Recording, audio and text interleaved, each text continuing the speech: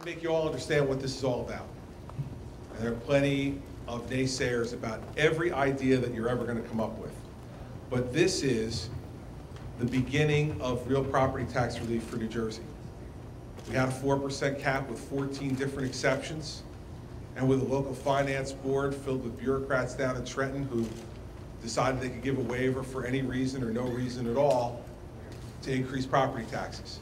That was a system that could not give us the real relief that we needed.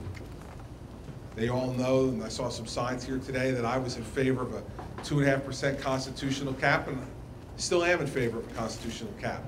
But governing is about leading and it's about compromising, as long as you don't compromise the core principles that underlie your proposals.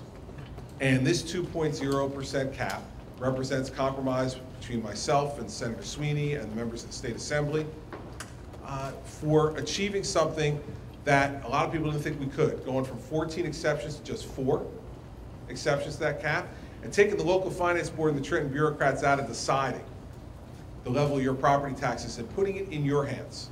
And so now, if your property taxes, your local governing body wants to raise them above 2%, they got to come and get permission from the people who pay the bills. Put it on the ballot and get a majority vote of your citizens. If you get that vote, then they get the additional property tax revenue. If they don't, they don't. And there's not going to be anybody in Trenton who can override that. We have waited for 30 years for a solution to the property tax problem in New Jersey. And we've waited for the politicians in this state to fix it for 30 years. They haven't. My view is it's time to put it in the hands of the people of this state, and that's what this piece of legislation does. And so you now, all of you who pay the bills, have become partners with us in trying to make sure that we enforce what needs to be enforced in this cap, which is to make smart decisions with your own money.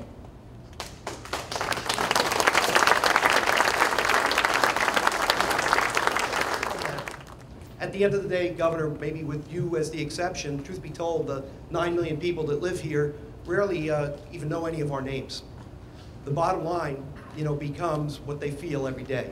And that's clear that we need to listen to our constituents and know that property tax is #1 on their minds, and that, as we know, a cap can work. With the 4% having us gone from 7% to 3.3%, that at 2%, we've now raised the bar even higher. I want to say this, the people, all of you are the winners today, and frankly, all the people of the state of New Jersey are the winners today. I think we've been waiting for a long time for this to happen. If it had happened several years ago, I think your taxes probably could have been as much as $1,500 to $1,800 cheaper than what they are today. Unfortunately, it didn't happen, but it's happening now. Now, as long as we continue working on that toolkit to give local mayors the avenue they need to put their budgets together, school boards and county governments, we'll be in good shape.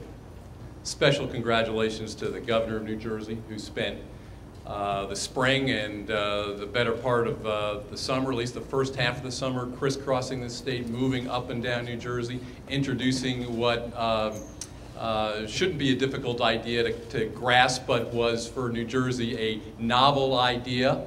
Along the way, he met with a important, essential, and willing partner, the Senate President.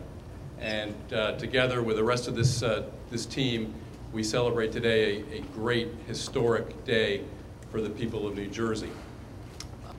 We had an election, and they elected a Republican governor and a Democrat assembly. Maybe the voters were trying to give us a cruel joke or just put another challenge in front of us, but honestly what they wanted to do was they wanted to see action, they wanted to see change. And there was some significant change.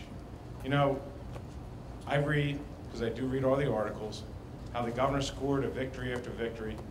The governor didn't score a victory. I didn't score a victory. The taxpayers scored a victory. That's the most important thing.